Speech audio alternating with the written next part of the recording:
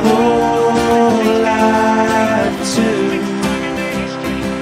but I can't help falling in love with you.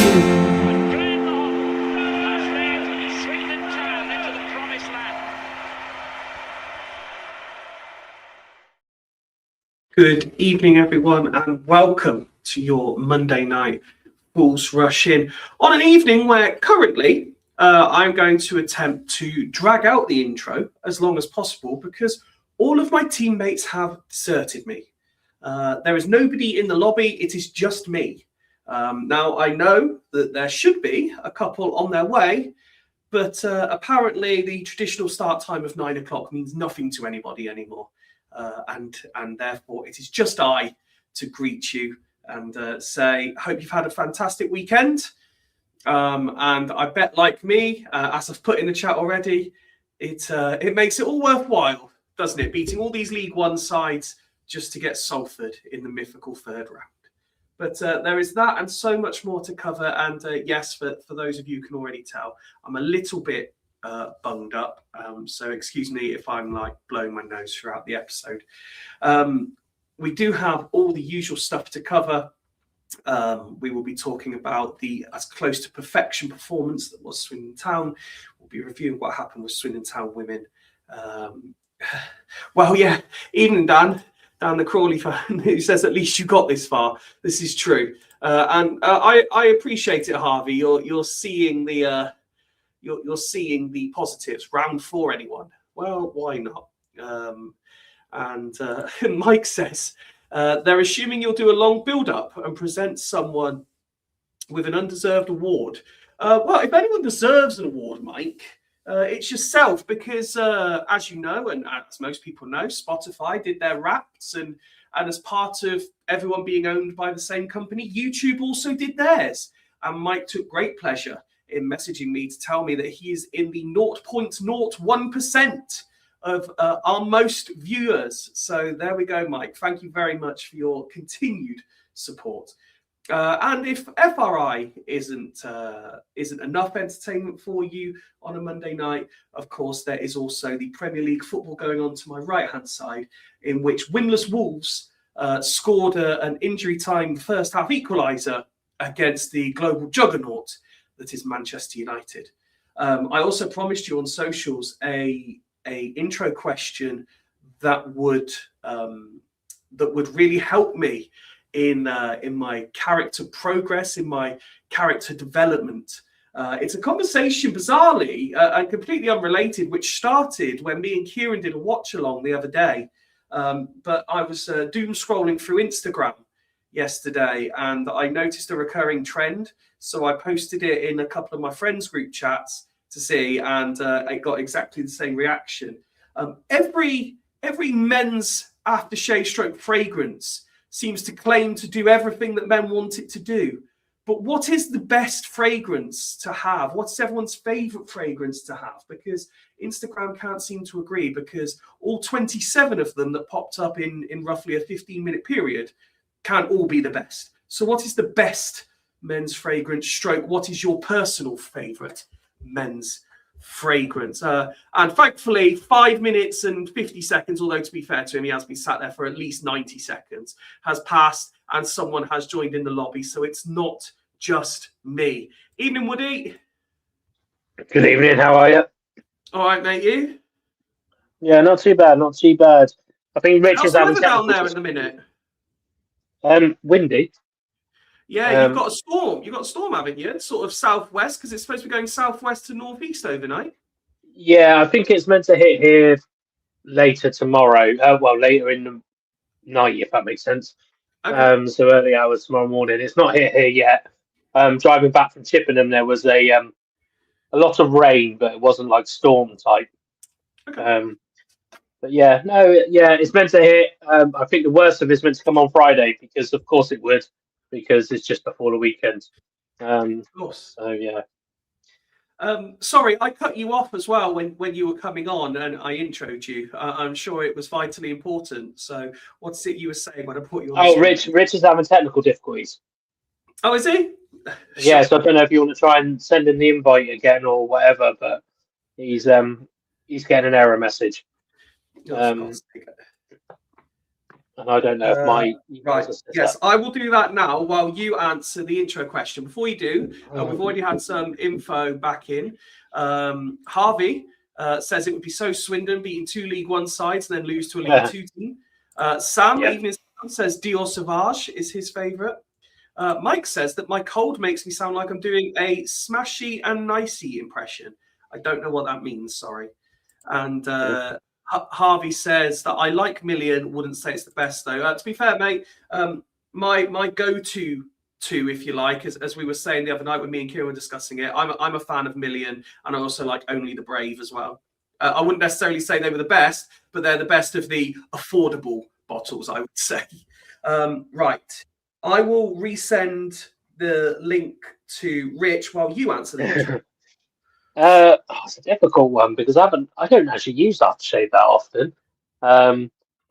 Because basically I always used to rely on somebody buying it for me for Christmas or my birthday, and they haven't bothered the last couple of years. So obviously, Woody is obviously the favour. But I was always, if I had to buy it myself, I was always a Hugo Boss man, to be fair. And I haven't come across any bad ones really.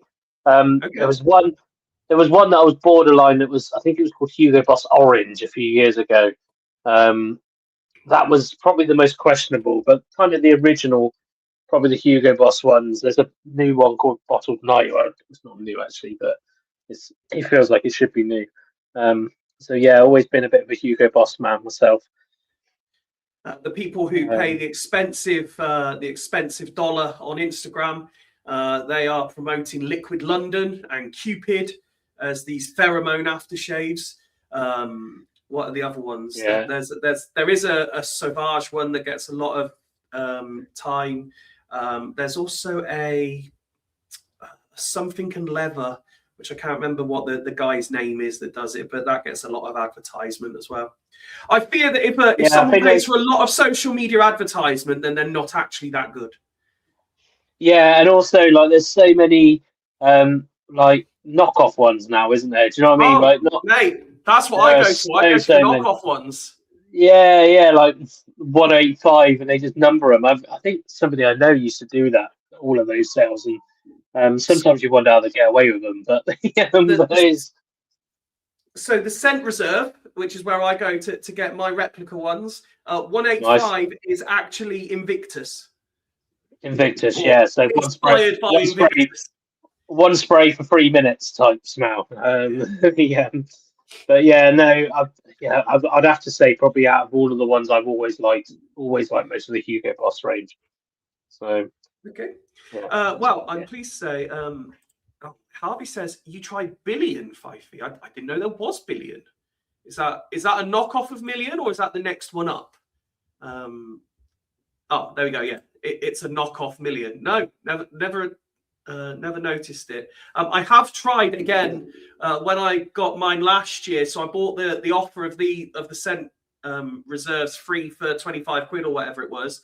I got Invictus, Million, and I want to say it was a Sauvage one because I'd heard about it. They were all right actually, although from what I remember, the Sauvage one I couldn't wear into work because it gave one of my colleagues a headache because it was too strong. Yeah, that's a bit like the old Pablo Rabanne rather than Paco Rabanne. Exactly. And in the Premier League, I'm just checking. In the Premier League, it looks like Man United have retaken the lead, although there may be a VAR check for offside. I will let you know. Thanks, mate. No worries. Now, a man who definitely doesn't buy replicas and is certainly spending between £100 and £300 per bottle. Let's see what the real taste master of FRI has to say on this matter. Evening, Rich. How are we doing, lads? Okay? Very well, thank you, mate. Yourself? Yeah, not too bad. It's been a while.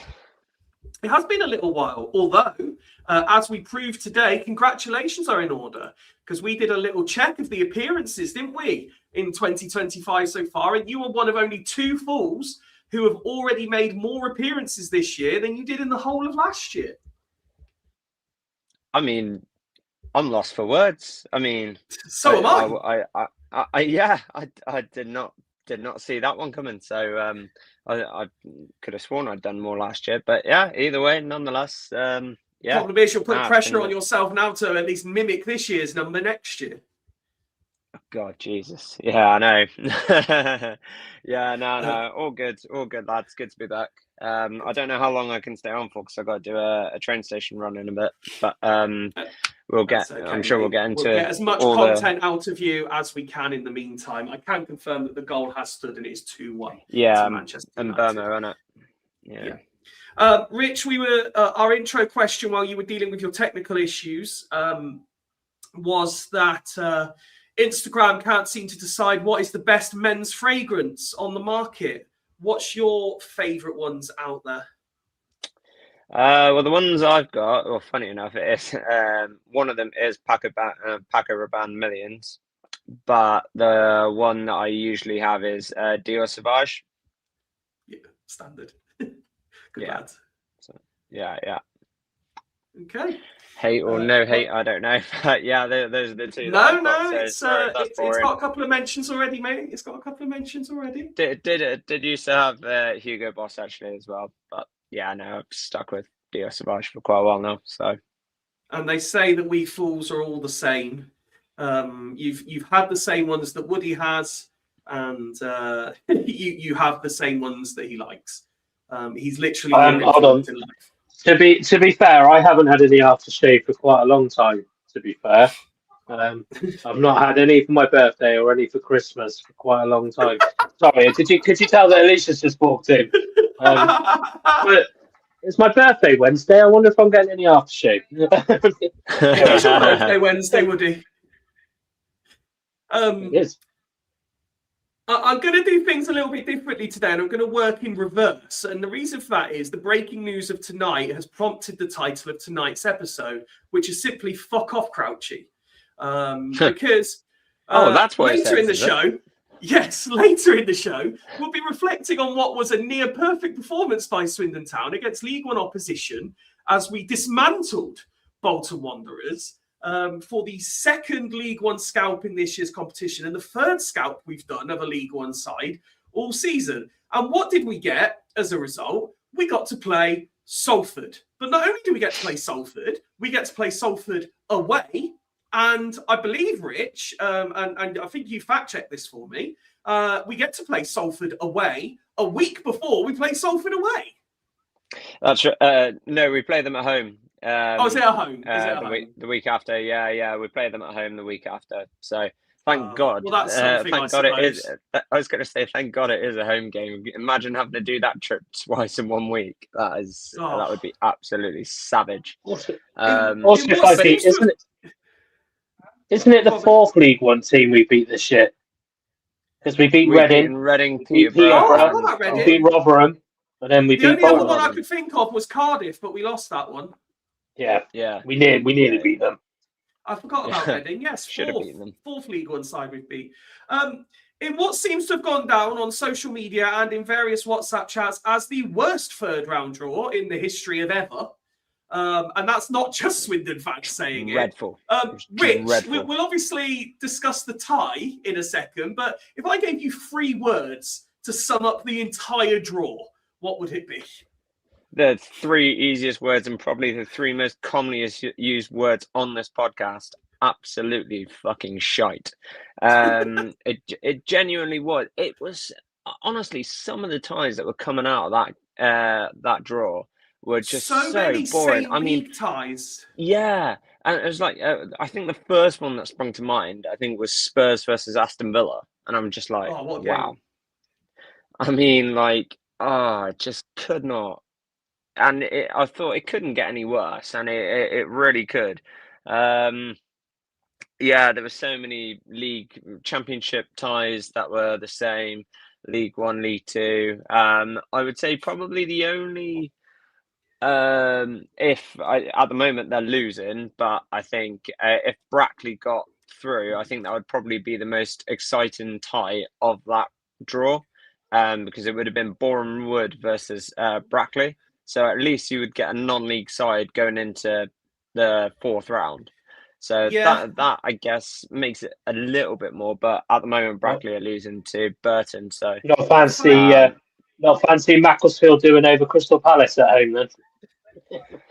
I mean, You never know. And I then- guess realistically. I mean, it got so bad, Woody, that they talked up Shrewsbury going to Wolves as a local derby. yeah.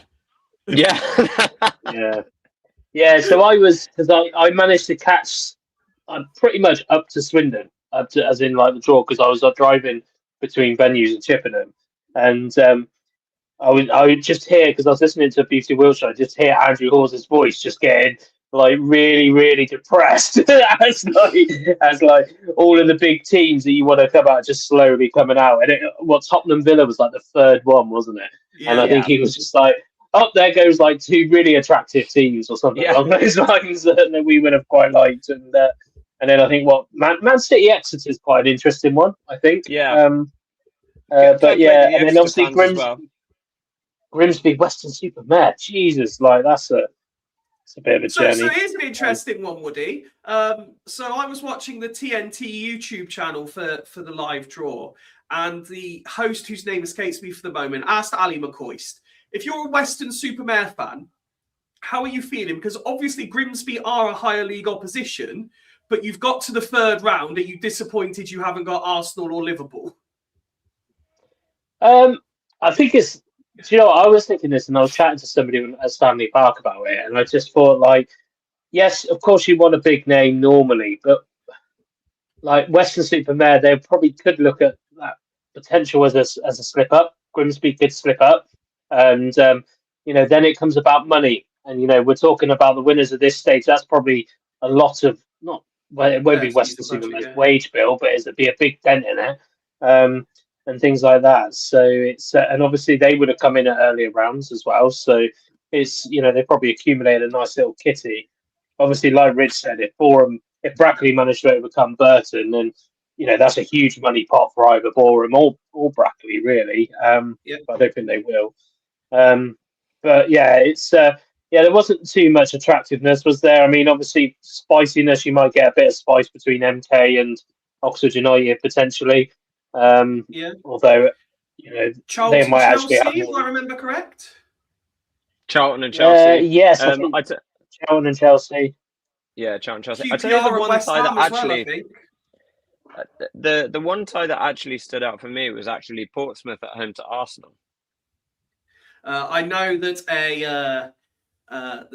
a partner, a +1, a significant other of one of the fools is very happy with that draw, whereas their full partner is certainly not happy and has expressed his disgruntlement at the draw at home as well.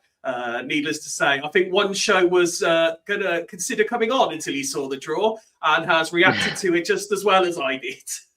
Yeah. I mean, that's such a. I mean, that's just like. I think the felt words so you deflated. used. I was going to say the words you used in the WhatsApp chat. You feel so deflated. I think that's the perfect way to describe the draw.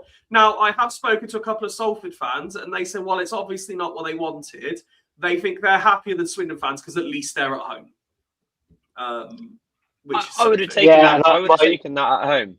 I would have taken that at home. My biggest worry is actually when I look through the teams that are kind of our level or below, or maybe even League One, maybe Salford are probably the one team that is going to give us a hard time at their place as well. That's what I'm worried about. It's not like it's you could probably go away to Grimsby and you could probably think we might get a result there. There's a couple of like Western-super-Mare we would have got a result out and teams like that. Grimsby away in the third round of the FA Cup, Woody. I could have had a birthday weekend at the seaside. Salford offers me nothing for my birthday. No. Night out in Manchester. Manchester's a good night out. Manchester. There is you a like goal. Manchester? There is a goal in the Premier League. Great hotel in Salford. That we originated. Wolverhampton Wanderers 1, Manchester United 3 is the latest score. Okay, that's. I think that's enough coverage for the third round draw. Shall we talk about happier things? And that was the second round performance because there was a clean sheet There was a perfect hat trick. There was just about everything you could want from a Swindon Town performance. A performance that, in the words of our fellow fool Ben on Lower League Look last night, was probably the best individual 90 minutes he's seen for over a decade from Swindon Town. Rich, we'll talk about the sort of individual moments in a second, but sum up the game for me. Yeah, no, I think I said on my Instagram, I was like, that is the perfect performance. We're going against a League One side. There are a couple of they have a couple of very handy players. They're in the top 6 of League One, so they've not had a bad start to the season. And I think there was a few notable players that were a massive threat that I genuinely was really worried for Joel McGregor mainly.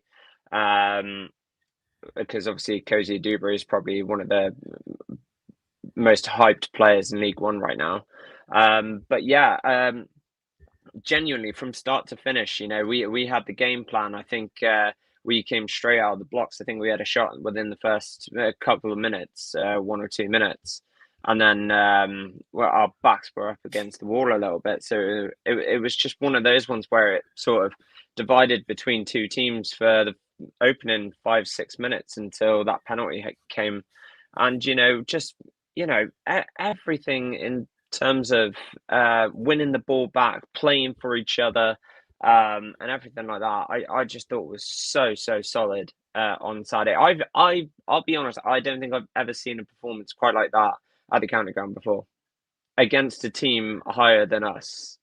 I mean, I just thought it was absolutely incredible. I mean, that's a huge statement. And Woody, I know we were the home side, but factoring in the fact that we are the lower division side there, regardless of whatever form we're in, to outnumber them on attempts 11-8, to outnumber them on attempts on target 7-4. Possession was fairly even. They shaded it just about, according to Sky Sports, 47-53. Sort of kickoff sets too. Yeah. It just goes to show, like Rich said, every sort of individual element of the performance seemed to go exactly how Holloway wanted it. Yeah, I mean, obviously, I didn't go, which I was a bit gutted about afterwards. But it's quite reassuring to hear it as a complete performance, because I'd actually argue that when you look at previous games leading up to it, the stats don't make it sound like a very entertaining game. So it's in total there was only 19 shots. I think in the past 4 games, Swindon have recorded that or around that for the just themselves. So it does go to represent that maybe I guess a sense of realism in terms of what Swindon fans went in to expect and the tacticians that were at play. I mean, it sounded like on the radio and through fans' reaction that we couldn't have wished for a better tactician in terms of Holloway in this game, because he seemed to have done his homework. He seemed to have really got the players riled up. And I mentioned on Friday when you asked me like what's going to be the difference, and I said the only thing we're going to really need to do is we're going to need to work harder than Bolton. Like they should be better than us at a higher league. Tactically, we don't really know because it's kind of two managers at different ends of their career. And but I said if we can outdo them work rate wise, then there was no reason why we couldn't cause an upset. And all the feedback I'm hearing is about just the sheer determination that the team had, and obviously Drynan getting a hat trick just is a huge plaudit, because you can see goal by goal in that game. Obviously the penalty is quite well taken. The second goal, really good head, Drynan not overheading, and that's his second header of the season. That's gone in, and then to have the balls to put it on his weaker foot and lob the keeper from distance. It's just showing that I had real issues with his positioning for. Yeah. That was the first thing that came to my mind when I saw that goal. But yeah, it was just really reassuring to see that he has instilled this this belief, I guess, into the squad, and we were playing like a team full of confidence. And but am I surprised it was 4-0? I know I said it was going to be. I thought it was going to be quite close, but respectively, when I'm thinking about it, Bolton probably were a little bit more open than I would have expected them to be, because they're going for it. They go 1-0 down for the 8th minute, I think the penalty was. You know, we go down 1-0 down early, and all of a sudden they've got to open up even more. And because they're quick, the quicker you are in possession, the quicker you're actually out of position when you lose the ball. So our determination must have got us over the line. And I'm really glad it didn't go in the end. But hey, that's football.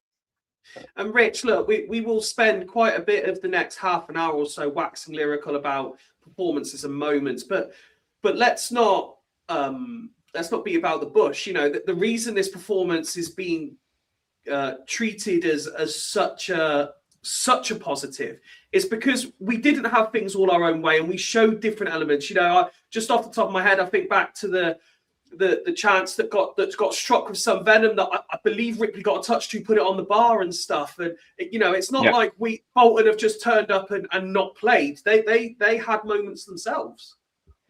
Yeah, and I think it also comes down to a little bit of our discipline as well. I mean, where that shot came from, the player, I'm not sure who it was, but he had so much space to get that shot over and placed where he wanted it, and he just went for complete power.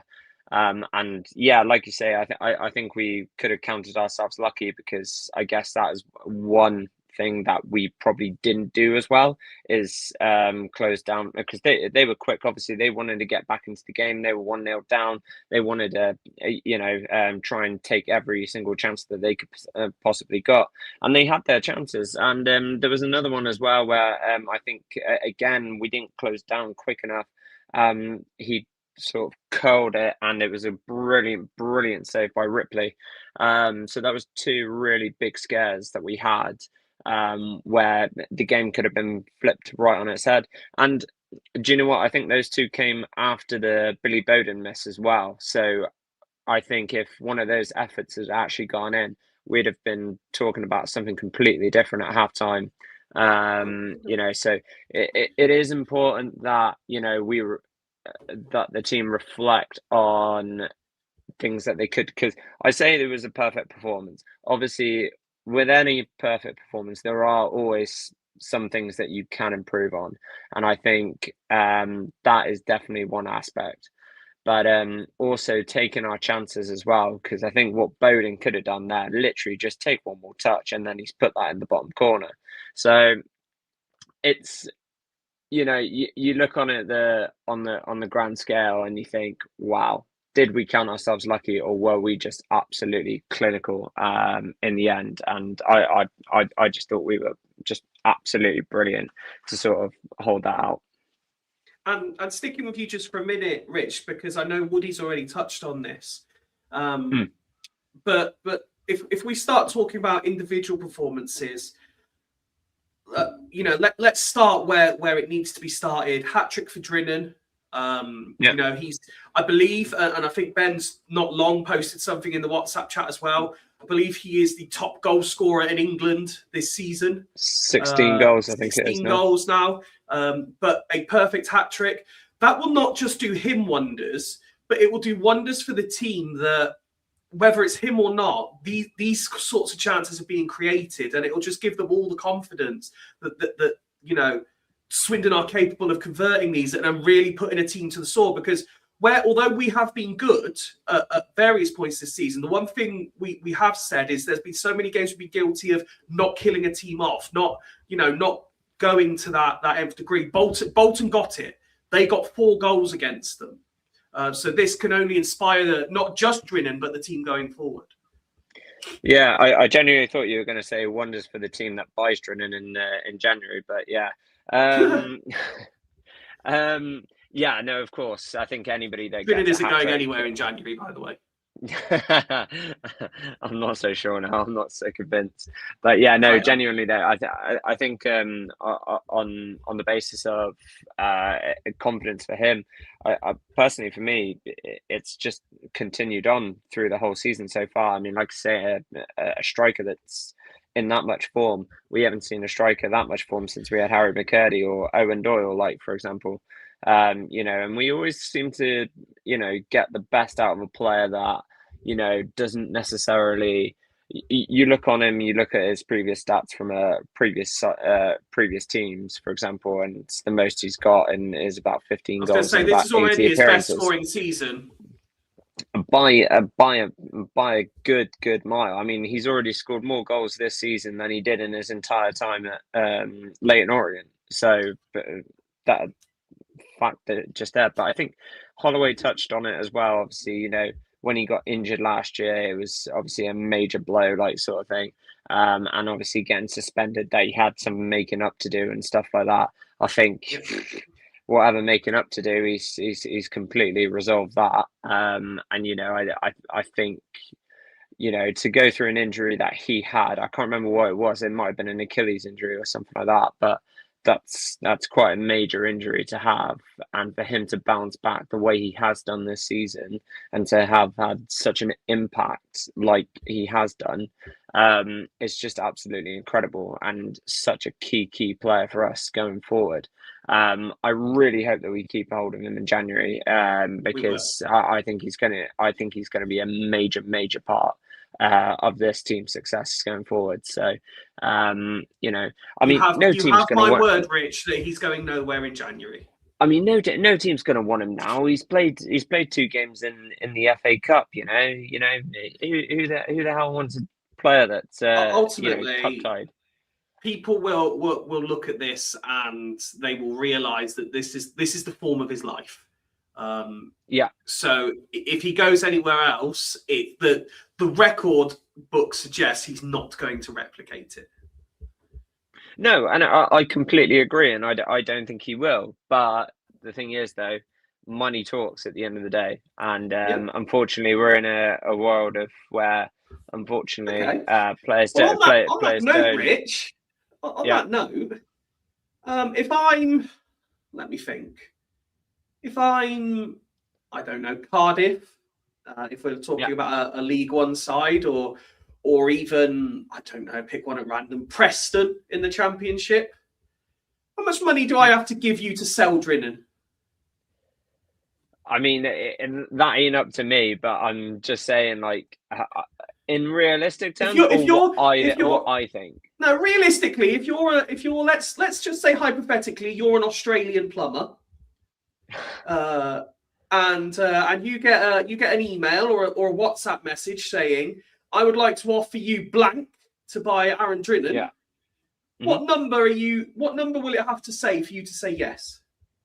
I mean, for me, you got to look on it like he's 29 years old. He has had quite a large injury record anyway. Okay, yes, he's in the form of his life, but like if somebody offered like $500,000 or 600 grand for it, you'd bite your hand off, like something like that. And you're only halfway through a season, so like I think that's probably the price that Drinan will probably have. A little bit higher than that. So 500k is the lowest limit.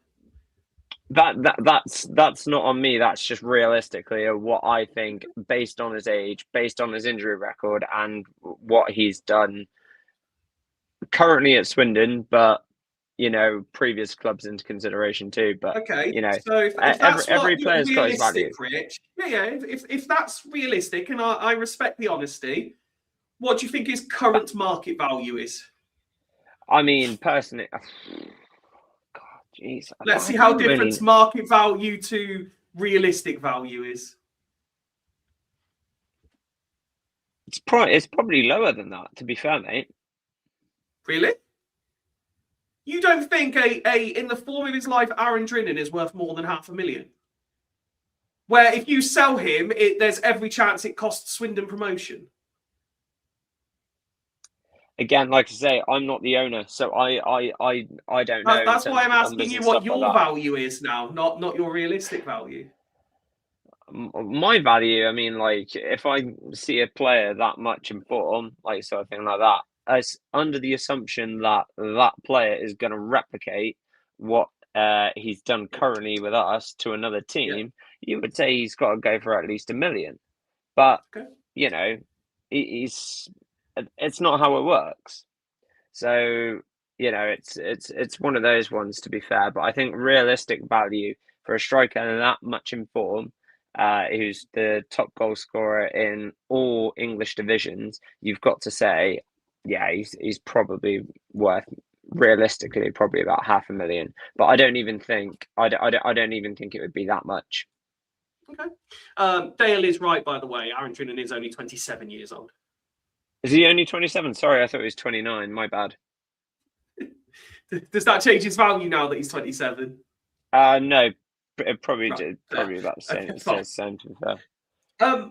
Woody, let's something that we haven't touched on yet is we've spoken about Bolton and we've spoken about or we're starting to speak about individual performances, but it can't also be underestimated. This wasn't exactly Swindon's best 11 on paper going up against an understrength Bolton. Swindon also had players missing, to the point that I believe I'm right when I looked earlier. Despite everything Holloway said in his pre-match, we still only named the 7 subs where Bolton had 9. Yeah, I was funny enough when you were talking about the things that were going against us. I was having a look at our lineups because I recall Harvey Cole being on the bench. Yeah, and I thought that because you had Harvey Cole on the bench, I thought, oh God, I wonder what our bench looks like. And you're right, we had 7 as subs out of the 9, which shows the selection issues that we potentially had. Obviously, that included an injured Olacre, an injured Palmer as well, who obviously, I don't think either of them came on, did they? So it's I think that's what also probably makes quite a lot of us fans quite joyous about the result as well, because there were things against us. I still think we're just about recovering from not having Wilson Brown anymore.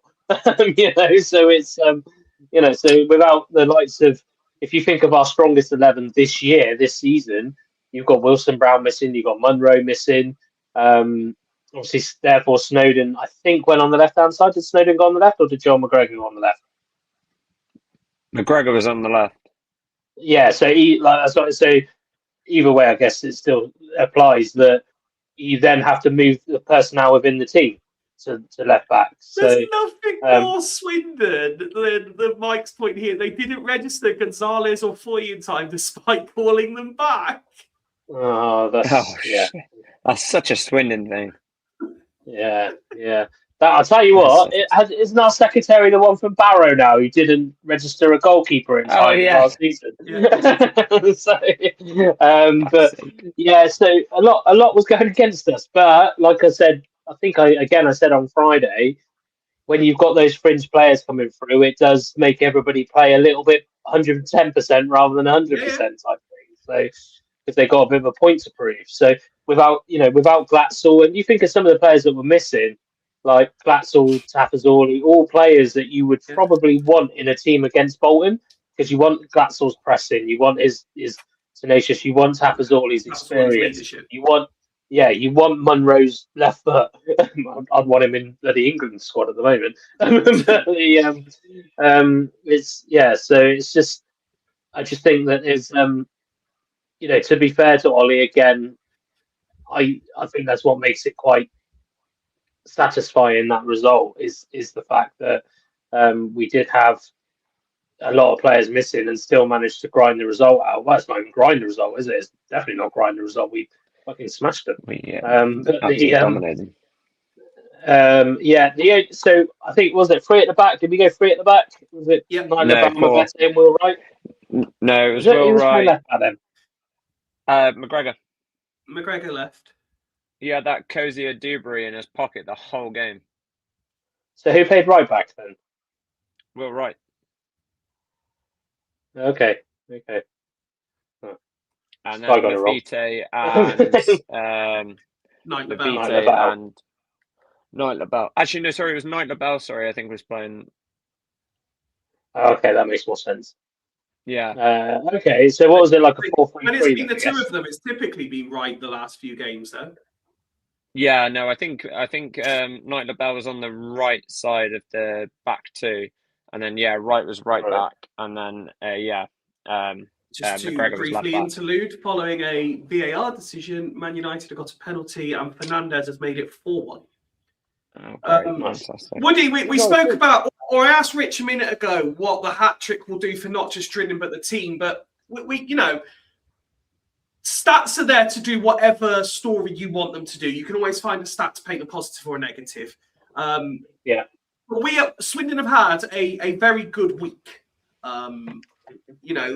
We've beaten 2 League One sides. Okay, the performance against Peterborough might not have been all enthralling, but we've beaten 2 League One sides, progressed in 2 cup competitions. The league form, although the unbeaten run is impressive, the league form hasn't been glittering of late. There's been quite a number of draws and stuff in there.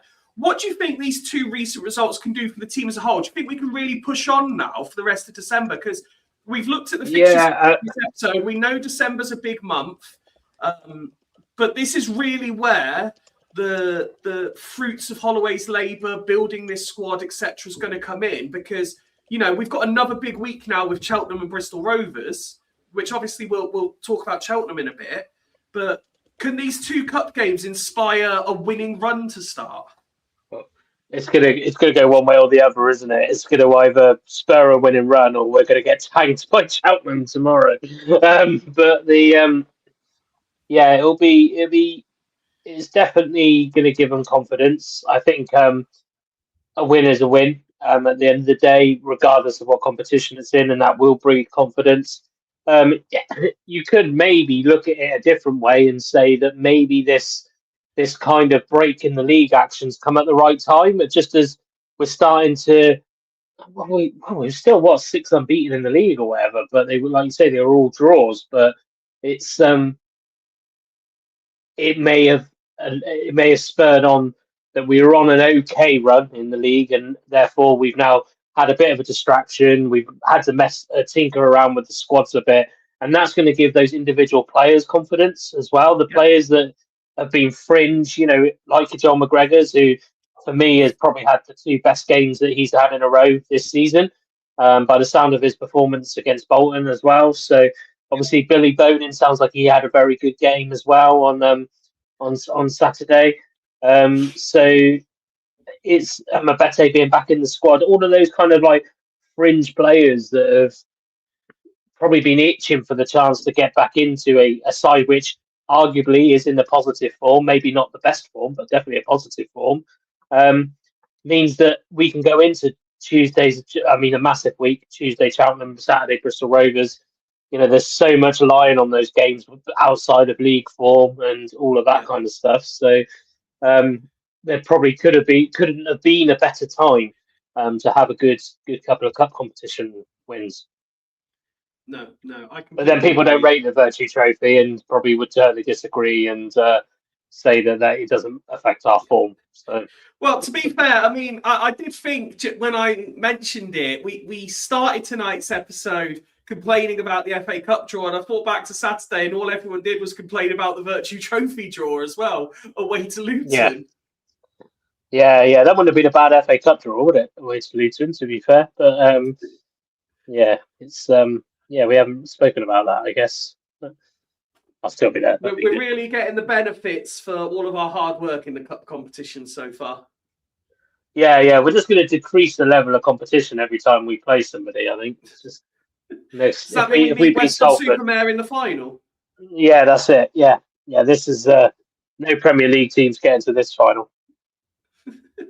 Superb. So I wanted to ask, aside from the obvious, we speak about players and what it'll do. There were a couple of things that I wanted to ask, and we can see that Rich has had to disappear to go, like you said at the start, he's had to go to do a station pickup. He'll be back. There were a couple of things I wanted to pick up on. We speak about players' confidence. What will Saturday in particular do for Holloway, do you think? Because basically everything that anyone might have been criticising him, and let's face it, part of what I do on this is designed to to criticise, even when I don't necessarily wholeheartedly believe it. But any questions that even I've raised, he like it was all answered in that game, wasn't it? Yeah, and I think there's no, Holloway's a very, arrogance probably the wrong word, but proud. Proud is probably the word I'm looking for. Proud, very proud man in his achievements, and rightly so. He's got many games in the game. Over 1,000 now. But yeah. So I think when you kind of look at it and you go like, oh, we're challenging Holloway, and I think we will. I think fans will always challenge managers. I don't think that's a Holloway specific. I think if there's something that we don't agree with, we're going to challenge it. But I don't 100% necessarily buy the fact that maybe he was fully behind his squad in terms of he'll back his squad to the day because that's the style of manager he is. But I don't think he would have been sat there going, "Oh yeah, we're going to get through this period easily." We're going to get through this period where I've got to change my squad, and because I've got suspensions here, I've got injuries here. That would have kept him up at night. That would have been really that would have been a really tricky time. And I think I can't speak because I'm not that age yet, but as you probably get older, you're probably more thinking, is it worth it? Is it worth these sleepless nights? And I'm hoping that gives him that little bit of a push. And hopefully, for me, from a personal perspective, I hope it kind of pulls this kind of agenda away from having a pop at the fans. So now he can concentrate on, if we go on a good run, he can now start thinking, right, let's start talking about reflective performances. Let's start talking about, what the next game is going to bring for Swindon Town. I think this kind of rough period, it was a rough period for him. He was digged out by fans for digging out the fans. He branded, bearing in mind in this unbeaten streak that he went on, we had one of our worst performances since he's been here, and we've also had one of his best performances of his career, apparently. So, he's gone for a bit of a roller coaster of emotions. So I think that's a really good question, actually, in terms of not just the players' confidence, but what's it doing for the manager? Because I think it's quite easy to assume that managers just have this kind of bulletproof shield that they're not going to get kicked down by anything or shot down by anything at any point. Well, I did have a follow-up to it. And listen, I fully respect that you've said yourself, levels are levels, numbers are numbers, etc. So I'm not asking you to speak as someone with 1,000 professional football games under your belt, but you've had plenty of experience on a touchline, and you've had many years' experience on a touchline. Again, not asking you to compare yourself to Holloway, but do you think, given that level of experience that Holloway has, and based on your own experiences of such things, can he still get that same euphoria, joy, excitement from a performance and result at Bolton like he might have done, say, 20 years ago or 15 years ago or however long? I think he takes it a bit more in his stride. No, I think it takes a game like that to really reignite it. Again, like I said, I wasn't there, so I don't know. But the feedback I get is just how good the performance was and how rounded it was and how buzzing he was. I think any manager, any level, you get a buzz out of good performance, especially if it's something that you've particularly worked on. I mean, like we said earlier, he obviously got the tactics spot on Saturday. And I mean, when you see what he's probably only worked on probably for the last few days, because he didn't know he wasn't going to have Palmer. Well, he might have known, but let's pretend he didn't. He didn't know he was not going to have Palmer for the start. He didn't know he was going to have Tapazoli from the start. So he's probably only had a couple of days to work on that. And I think as a coach or as a manager, when you start to see those things kind of unfold in front of you, and then it's rewarded with a 4-0 scoreline. I mean, he's the type of manager for me that would be really happy if everything he's worked on comes out but still draws 1-1. He'll be happy with that because everything he's worked on that week will still come to fruition. We just didn't win the game, right? But the fact that we won the game so convincingly, I genuinely believe it when he pretty much said it, that it will go down as one of his highlights of his career. And I think we started to really see this kind of passion and determination he has for this squad. and for his team, as he keeps saying, my team, and things like that. So, yeah, I think it does reignite, and I don't. Again, Holloway's double the amount. Even if you take professional out of it, he's double the amount of games I've done. But I don't think I would even at 1,000 games still be going, oh yeah, it's like nearly, oh, it's just another day in the office. I think you get that general buzz, I think, and I don't think that would have gone from him yet. Okay. There are two things you've mentioned in the last couple of answers that I wanted to circle back to, if I can. First of all, you mentioned about you can circle back all you want. First thing, you mentioned tactics a second ago, and I know that Nick has been a big advocate for this in recent weeks, in particular. For this game, it was set up as a, for want of a better phrase, a flat three in the midfield. And by that I mean traditionally we play a 2 and a 1 with then the attackers, but it was Kilkenny, Nichols, and Clark, and this is something that Nick has been talking about for weeks. If you have the three, what's the right way of saying it? The three central midfielders playing central midfield, he thinks you would see a difference. We had the three central midfielders playing central midfield, and I think you could see the difference. Yeah, it depends how those central. We played a flat three, but was there a bit of a rotation between them? Because if you play a strict flat three, you expose a lot of gaps between you and the defence. So, I think what Nick kind of alludes to, it was probably more of like a 1-2 as opposed to a 3. Yeah, but you've got the personnel they had in there, especially with the revelation of Nichols kind of becoming a bit more of an all-rounder nowadays. You've just got so much rotation now. I mean, Clark is just an absolute box to box, isn't he? He's unbelievable, really, the level of energy he has to get from box to box. But and I think Kilkenny, probably playing in League Two, has kind of given him that more of a, he can't be just creative player all the time. I definitely think he's a lot more, again, another all-rounder. So with Nichols' developments as well, we've got a lot. It was good all-rounders in there, players that can do the dirty stuff in midfield, players that can do the creative stuff in midfield. It does enable, when you've got those three and you've got good attacking fullbacks as well, and front three that are aggressive. Because what does that mean? Was that Bowden, Snowden, and who am I missing? Drennan, sorry, Bowden. So that must be the front three. You've got. Yeah. So you've got kind of an aggressive front three as well. So,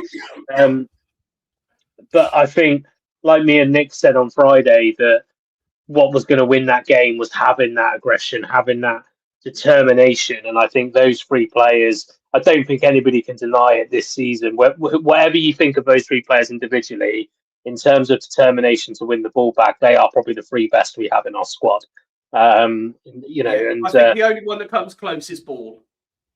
Yeah, and that's only because Ball had that injury. I mean, I love Ball. I think he's going to be absolutely. If we can keep him fit second half of the season, he could be one of the main differences. Between us going up and us going playoffs. But I just think that you had those battle horses in there, which I know is what Nick likes. Nick likes that hard man. He'd have three Roy Keys in the middle of that. The other topic I wanted to circle back to is the fans. Now, the published number might not have been quite as high as some were hoping / expecting in the end, but an official attendance, I believe, announced at 9,364 for the game. Still a little bit up on what it has been, I think, on the average.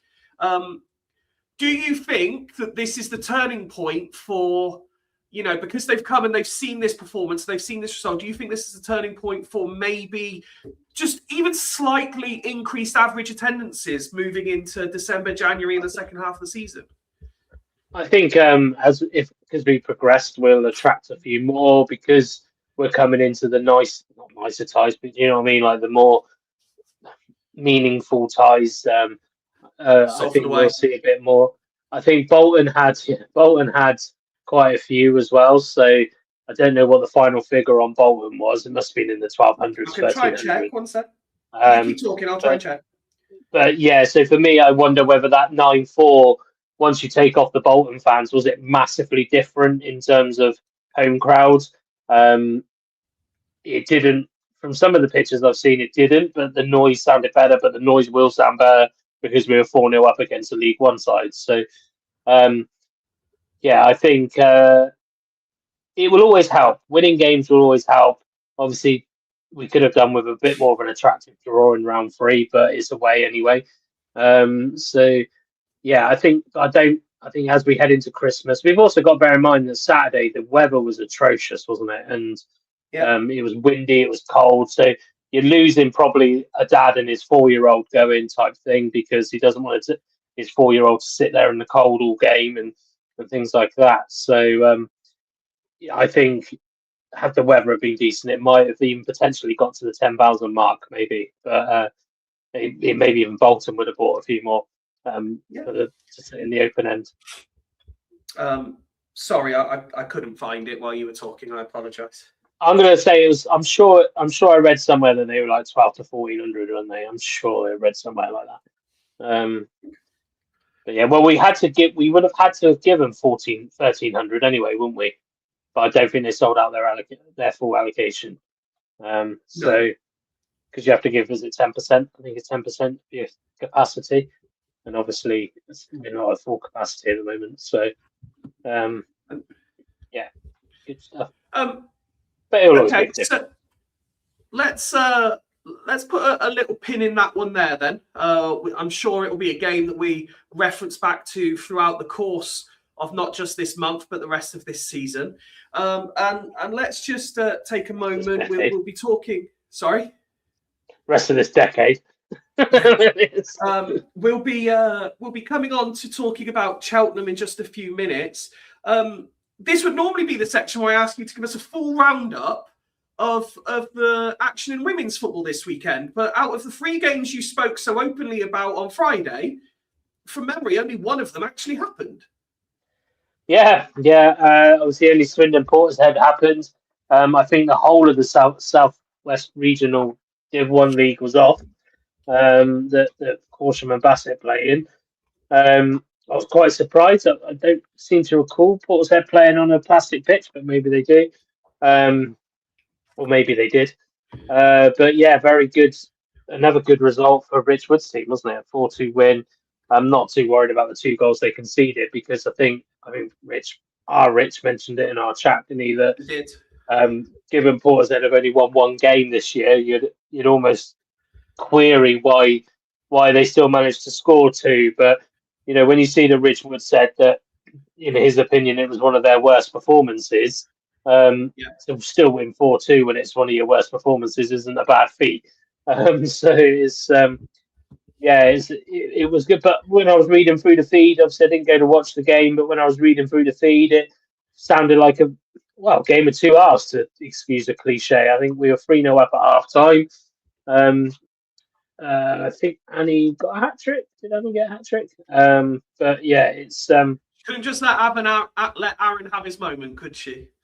No. I'm just trying to fact check myself now whilst I'm skimming down to make sure it was a hat trick. But oh no, Lacey Liggett got a goal. So yeah, it wasn't quite an Annie hat trick, I don't think, because I think it's Shannon King got 1, Lacey Liggett and Annie got 2. So. But yeah, so she nearly stole the thunder from Mr. Dryden. So, good result again, away from home.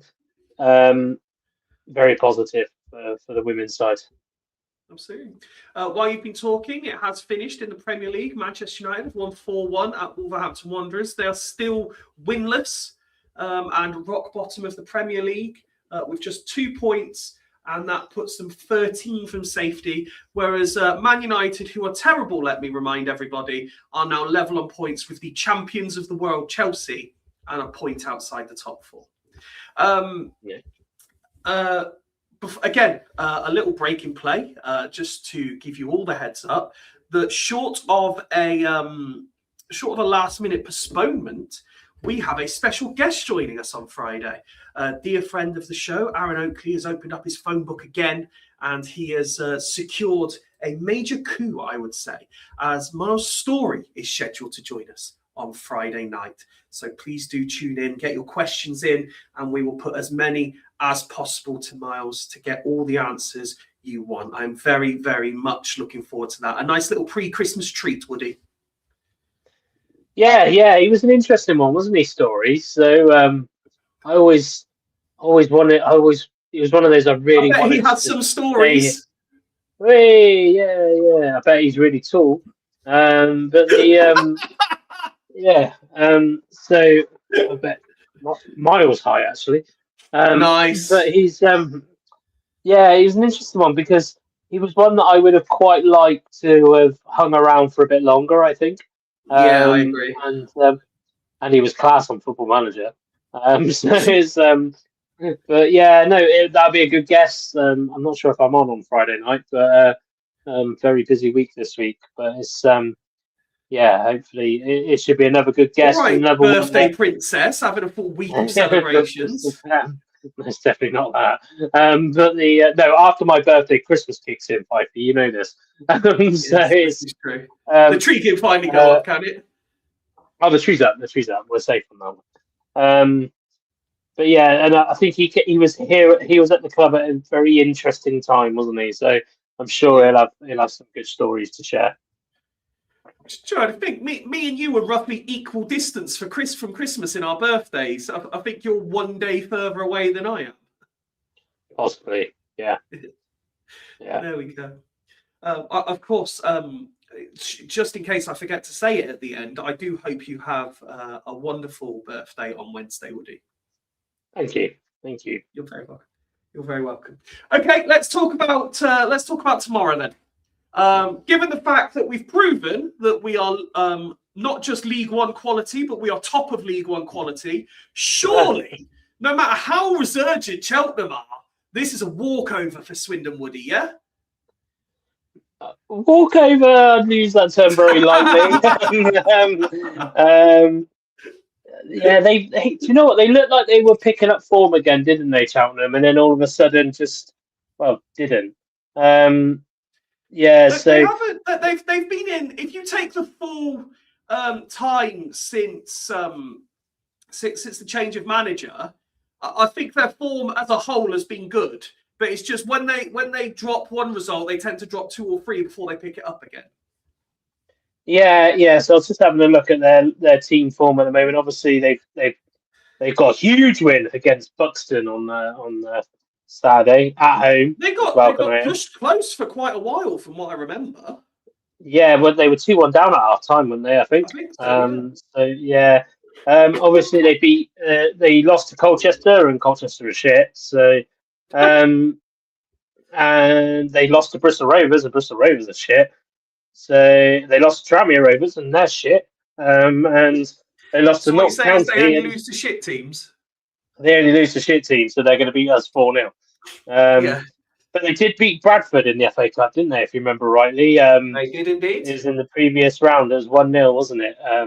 Yeah, didn't hear from Liam for quite a while after that. But it's Liam and Hannah, by the way, are absolutely ecstatic at the draw because they're probably the only people who want tickets in the Swindon end because they want to go and see Jake Tabor score against Salford. Yeah, well, I was thinking. I said earlier, didn't I? I said, "Oh, what a shit draw!" But I guarantee you, I'd still be probably there. So I think Hannah said that Stockport have a lunchtime kickoff again, like away at Huddersfield that day. So she's like, I can make both games. Nice. So yeah, I think fan like Huddersfield, Stockport, and then Swindon, Salford. I mean, it's just. Oh my God! Just say it, Fifey. It's just so horrible, isn't it? Oh dear, it's like anyway, the uncle you don't like. But the yeah, so Cheltenham. You don't like. Let's talk Cheltenham. Let's talk about Cheltenham. Yeah, I don't know if it's because of the form that we're on and the position that we're in. I don't feel like it's going to be as cagey a fair as what it might have been, say, last season or the season before. I do feel that the derby feel might not necessarily come into it, probably because it's a Tuesday night as well. As much as I love a game under not considered a derby. Yeah, and that, yeah.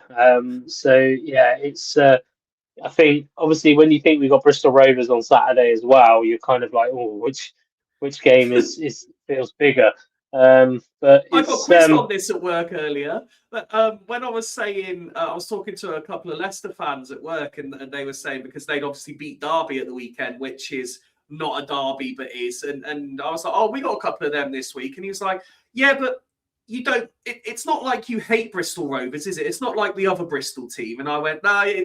If you ask people, it definitely goes Oxford, Bristol City, Bristol Rovers. It's just we more likely to play Bristol Rovers these days. Yeah. We're just like a jealous brother of Bristol City now, aren't we? Like it's just we could only dream of being where they are at the moment. But the yeah, it's a difficult one because Cheltenham has probably been. Them and Rovers have been the closest, haven't they? In terms of you could chuck Forest Green when they can be bothered to be in the professional leagues. But it's you could probably weigh it up a little bit. But it is a train journey away, isn't it? It's a short train journey away. It is. It makes me laugh because if the trains are running, it does make me laugh because we don't have a rivalry with Cheltenham, so to speak, which is really easy to get to on the train, but we do with Oxford. That we've got to change on the train. On the train. that you've got to change on the train. So I always, I mean, Derby, my opinion on Derby. We had that episode a while ago, didn't we? That I said if it's not in the same city, for me, it's not a derby. So it's, I just think that I don't think it will have that feel like it probably might have done the last couple, and I think that's because both teams have gone in a bit of an opposite trajectory, to be honest, at the moment. I'm just going to very briefly sidestep because something just popped into my head while you were talking there. We're saying about derbies that aren't derbies, but we're just manufacturing it to make games a bit more fun and relevant. Can we all take a minute, as we did at the time, to laugh and stick 2 middle fingers up to Sky? Moved our fucking game against Newport, didn't you pricks? To third round weekend. Guess who beat Bolton? Yeah, they got to move the fucking game again now. Yeah, probably more the Paul us though, because I'll probably end up playing them on Tuesday night now. So how much do you? I know that you've spoken very openly this year about your expectations of what this squad should be able to do in terms of Saturday, Tuesday games. We should be, and there's a big emphasis on the should. We should be able to. Utilize the squad that playing Saturday, Tuesday isn't as much of a problem as it has been in recent seasons. I know I've already asked you what this wave of results can do confidence-wise. Do you see us being able to go into and I don't want to put more on it than it is because, as we've just said, they're not Oxford, they're not Bristol City, but they are local rivals. Let's not call them derbies. They are localish rivals. So these aren't just two league games against, say, I don't know, Walsall and Notts County. This is Cheltenham and Bristol Rovers. And obviously we'll talk about Bristol Rovers on Friday, but this is two games that Swindon do not want to lose. Yeah, and it's because, like you say, they're easy to get to, so the crowd will probably bless you. Thank you. The crowd would be bigger, so it'd be easier. The reason it's a game that you want to be on the winning side is because you don't want that crowd to turn against you. It's a Tuesday night, so I imagine the crowds might be a bit better. Given it's kind of early December, the crowds might be a little bit better than they have been for previous Tuesday nights. I'll be using it as a Christmas do me, but the it's I think. Because again, the meaningless on the game for us is about closing that gap to the top. I don't know if Walsall are playing tomorrow. But I think they are, but let me double check that for you. Yeah, so I think that's information I can get. Yeah, so that's probably the other kind of play. In fact, they're not playing tomorrow, actually. So if they're not playing tomorrow, does that mean we can go top? Yeah, they play on. Yeah, so they're playing Oldham away on Wednesday. Yeah, so that'd be Oldham. But yeah, so again, it's that psychological thing. It's that psychological thing of we could be top at the close of play on tomorrow. And I know Holloway will talk about how he doesn't worry about. Of course, he fucking does. Like, of course, he looks at it and goes, "Oh, come on, lads, we're top of the table now. We've reached that figure of 10 wins." So yeah, I think tomorrow's has a lot of spice in it. There's not the spice that we would expect it to be a couple of seasons ago, where we're like, we just want to beat Cheltenham because they seem to always beat us on Modern Road type theory. Yeah. So it's I think it's going to be nice to hopefully Stoke can. Hope it's not as wet as it could be, but hopefully it'll be nice to soak in a bit of atmosphere. They might bring half a decent crowd, to be fair, considering again, like we said, it's an easy train journey if the trains are running, there's that nice little bit of spice to the fact that we could be top of the table. So the fans are a little bit more excited. The fans are getting behind us when we're winning. Hopefully that just maximises it a little bit and gives us something to play for. Rich, welcome back. Glad that you were able to rejoin us. You've come at the perfect time. Woody was just starting to talk about what tomorrow's game could represent. What are you hoping to see from Swindon? A lot of the same from Saturday, to be honest with you. We know we can do it. We know we have the discipline in the midfield to, dominate teams like we did on Saturday. I think probably the biggest obstacle that Holloway now has is probably squad selection. Bearing in mind, obviously Monroe, I believe, is back in contention now, isn't he? Monroe's back, yeah. But I mean, Joel McGregor's performance on Saturday was unbelievable. It was the best performance he's had in a Swindon Town shirt. Just devil's advocate here, Rich, and I'm not for one second suggesting this could happen. Yeah. But if the most likelihood is that there would be a little bit of a shake-up in the attacking three, if you will.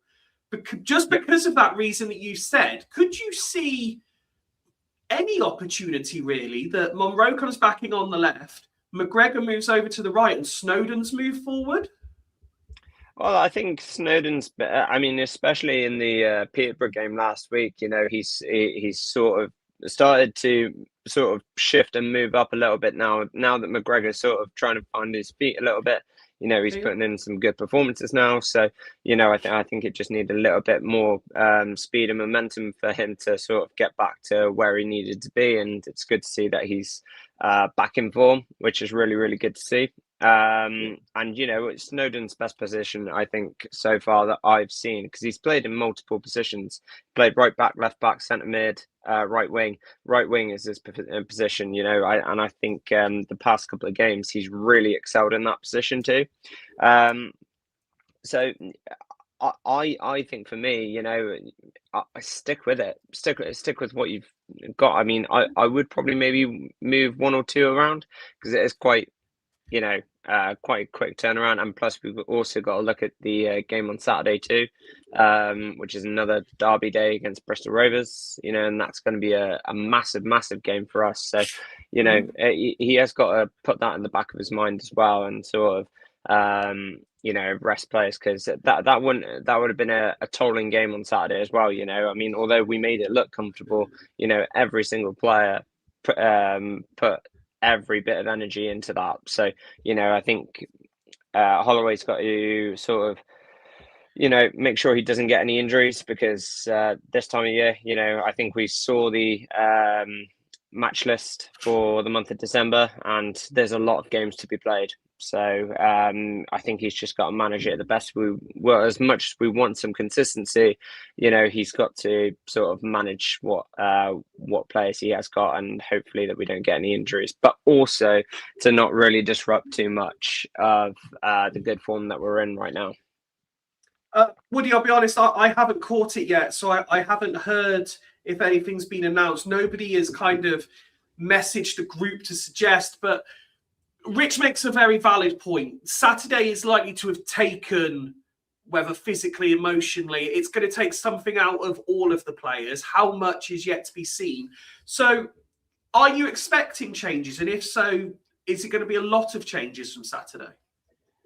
I think he'll change the midfield a little bit. I don't know if having those kind of battle horses is what he's going to want.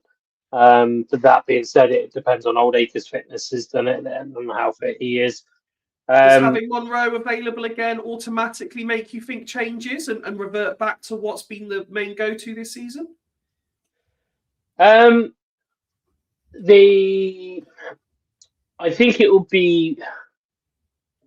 It's almost like Rich said, it's probably harsh on McGregor to move him out, but I just don't think you leave a player like Monroe out just because you've had a good win on the Saturday, because we still need to stretch that left-hand side. We still need to create from the left-hand side.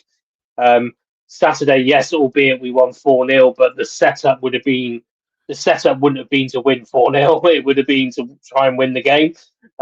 So I think I'd be very surprised if Monroe's not back in the side. Do I see much else changing? Possibly Bowden might come out, potentially depending on, because I can't remember when he came off. Was it around the 70th mark? That Bowden came off. I think he came off of Princeville, didn't he? So I can get the exact minute. 1 second. It was a little bit later. It was around the 80th. It was after we scored the fourth goal, I think. 88, Bowden came off. 88th minute. Right, it was that and late. Two people have just put in the chat as well that apparently Will Wright's injured as well. This would probably help if I didn't want if one of us had listened to the press. So if Will Wright's injured, if Will Wright's injured, that screams that we'll stick with the back four, won't we? And imagine, I wouldn't be, as Rich said, I wouldn't be surprised if Snowden is further forward. Snowden will be in the lineup. There's no question about that. It will be, and I think given his form of late, I mean, that goal that he set up against Peterborough was sublime. And obviously the goal he scored, the positioning for that was brilliant. So I wouldn't be surprised if Snowden forms part of that front three. And then he might potentially look at the midfield, but if you've got a front three of, say, Snowden, possibly someone like Glatzel and Drynan, are you going to mess around with Tinker in the midfield too much? But my worry is has players like Clark got the legs to do it again? For a full 90 minutes. But yeah, it's. I mean, this is it, where isn't it? the utilisation of that squad comes in, isn't it, Woody? Because and that's exactly. Sorry, I was just going to say, realistically, because if you combine the points you're making with what Rich said, and you're looking at it, which game is it more important we have Clark for, Cheltenham or Bristol Rovers? And if your argument is Bristol Rovers, then you say, okay, that means Ball starts. He came off the bench on Saturday. That means he starts against Cheltenham. So the Clark is definitely ready to go for Cheltenham. But then we've always argued you play your strongest available team in every game, because you never know. You could rest Clark, for example, and he only gets injured in training anyway. Yeah. Sorry, give me 2 seconds. All right, someone's just knocking on our door, so I'll be back in a sec. Yeah, I was just going to jump in anyway there, Fifey. Yeah, go on, just in regards to Ball as well. Anyway, to be fair, I feel more comfortable with him being in the squad, to be fair. Starting, I think he's been a revelation, mate. We were saying while you were out, we're both fans of Ball. Yeah, I think he's a top player, very, very good player. He just feel he's just so calm on the ball. Every time he has the ball, it's as if he's always one step ahead of the player, the next part that he's going to play. He's already thought about that pass, but I think that's just the experience that he's had. Obviously he's been around a long, long time, so it's refreshing to have a player quite like that as well. I mean, you look at also the players that we do have in that midfield. Obviously, I know Ball hasn't necessarily been playing at midfield. Obviously, I think he filled in at right back when Wright went off. Saturday, yeah. So, but that just shows as well. Like, obviously, he can play centre back, he can play right back, he can play centre mid. Like, he's a very versatile player to have. He's not going to be that pacey right back going up and down, even though he does, he does attack, or he does build as part of the attack. But he's not that sprinter player, but he's just so calm and collective. He's a very, very good player. Rich, something I did want to ask you: if we're going into the realm of fantasy booking for a moment, where could this week, given the again, I don't want to put more on it than it is, but for dramatic emphasis, given the enormity of this week's fixtures in Swindon Town's calendar, is this the week that Tabor scores? Because they're scoring your first goal, and then they're scoring your first goal against Cheltenham or Bristol Rovers. Do you know what? I would love it more if he scored it against Bristol Rovers.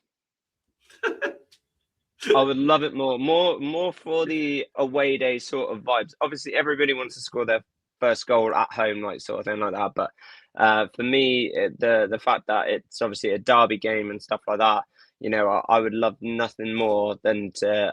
Do you know what I envisage? I envisage him getting like the winner. You're manifesting it. And him doing like a Harry McCurdy. I remember when Harry McCurdy scored. I don't think it was his first goal, but it was one of his first goals against Bristol Rovers, and he just did that knee slide over to the terrace, and it was just amazing. And I could just see Tabor doing that as well. And plus, yeah. So I would love to see. I'd love to see that. But whether or not he does it or not, I mean.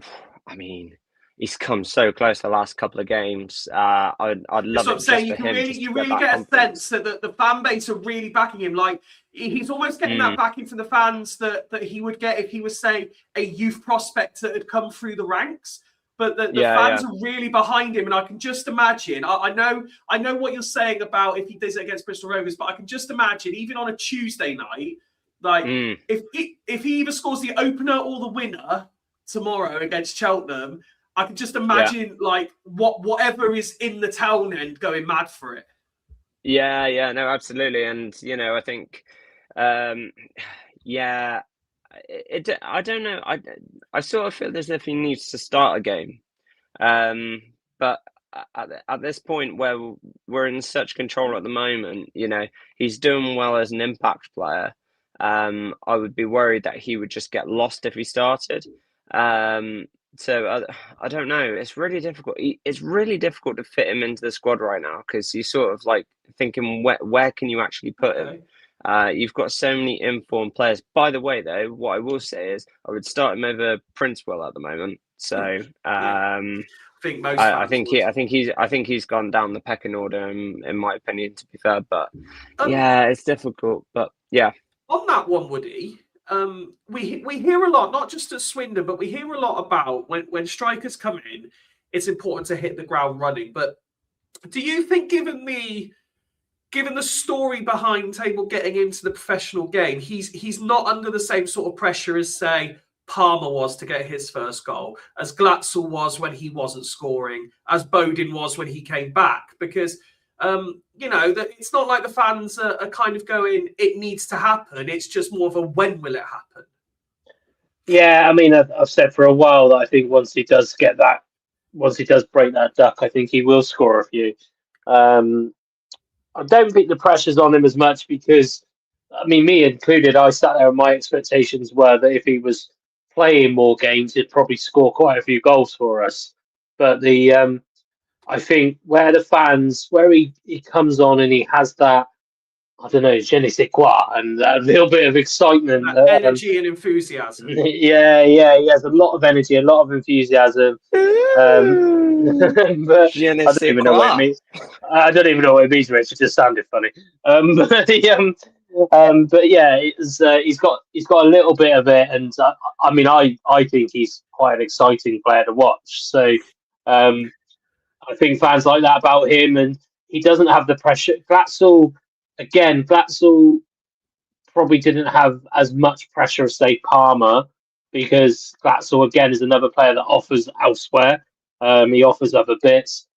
Whereas, in the nicest way, you look at someone like Princewell, who scored against Cardiff B team, and has hardly done anything since, but has also come from a higher level.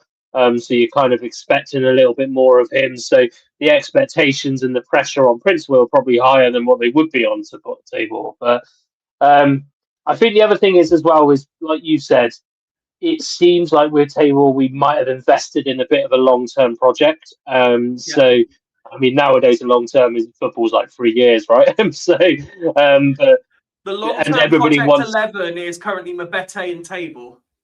Yeah. So you're just kind of like, I think the fans want to get behind them because they want that to happen. They want that. We want another Charlie Austin. We want another a player like that to kind of come through. Sam Parkin's probably more the Prince Will route, but we want another Charlie Austin to kind of put Swindon back on the map again as to somebody who made somebody good. You could argue that that's with Dryden at the moment, but so it's. But the other thing is what you've got to think about is it's okay at the moment that Tabor's not scoring because we're doing well and we're still scoring goals. Yeah, I think if we started to dry if up, we weren't scoring, the pressure would be there. Yeah, the pressure would be on. People would be probably turning against him. Not in the same way that they necessarily would with Princeville, because again, Princeville is occupying one of those lone spots, and they always say that really loans should contribute, or they should try to make your squad better. And to be honest, and I hate to say it because I don't want him to be a scapegoat, but for me, he just doesn't make our squad better. I don't see any improvement at the moment. We had our skepticalness. It was like Bowden, Princeville were kind of going a bit like that. Bowden's leagues about 6-7, but Bowden.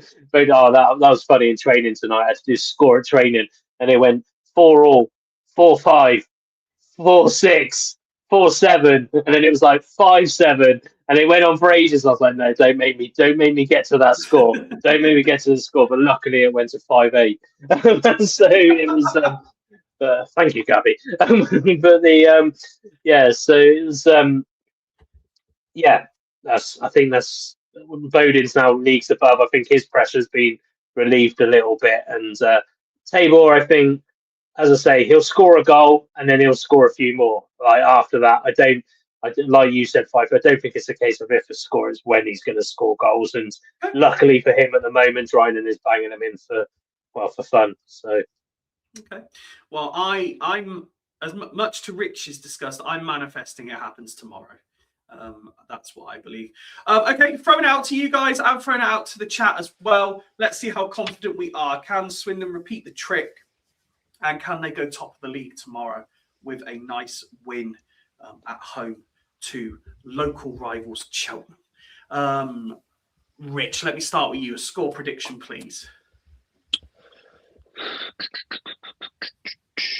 I'm going to go... this is the kind of game we bloody lose, isn't it? I'm going to say 3... I'm going to say 3-1 Swindon. Okay. But, yeah. I'm going to say 3-1 Swindon. It's nice to know we're ending the show with the same energy we started. If you remember, one of the first comments we had was Harvey saying it'd be typical Swindon to beat 2 League One clubs and go out to a League Two club. And we're ending it with Rich saying this is the sort of game we bloody lose. It really is. Rich is going for a... Did you say 3-1, well. Rich? 3-1 Swindon, yeah. Okay. Woody? I'm going to mask in the confidence of the weekend, and I think we're going to win 3-0. Okay. I am going to also bask in the glory, but I'm going to go slightly less OTT, and I'm going to say that we win 2-0, courtesy of a Tabor goal, either opening it or securing the win. That is the manifestation. Guys, it has been a pleasure as always. Thank you very much. Thank you to everyone who has tuned in, especially those who have added in the chat as well. If you are going to the game tomorrow, then be loud, be proud. Remember, when it happens, don't sing "We Are Top of the League." We don't want to upset our manager when he's in a good mood. But let's just quietly manifest it. And we can go home all warm and fuzzy. We'll be back on Friday. As I said earlier, lot to talk about. Bristol Rovers, Miles Story joins us.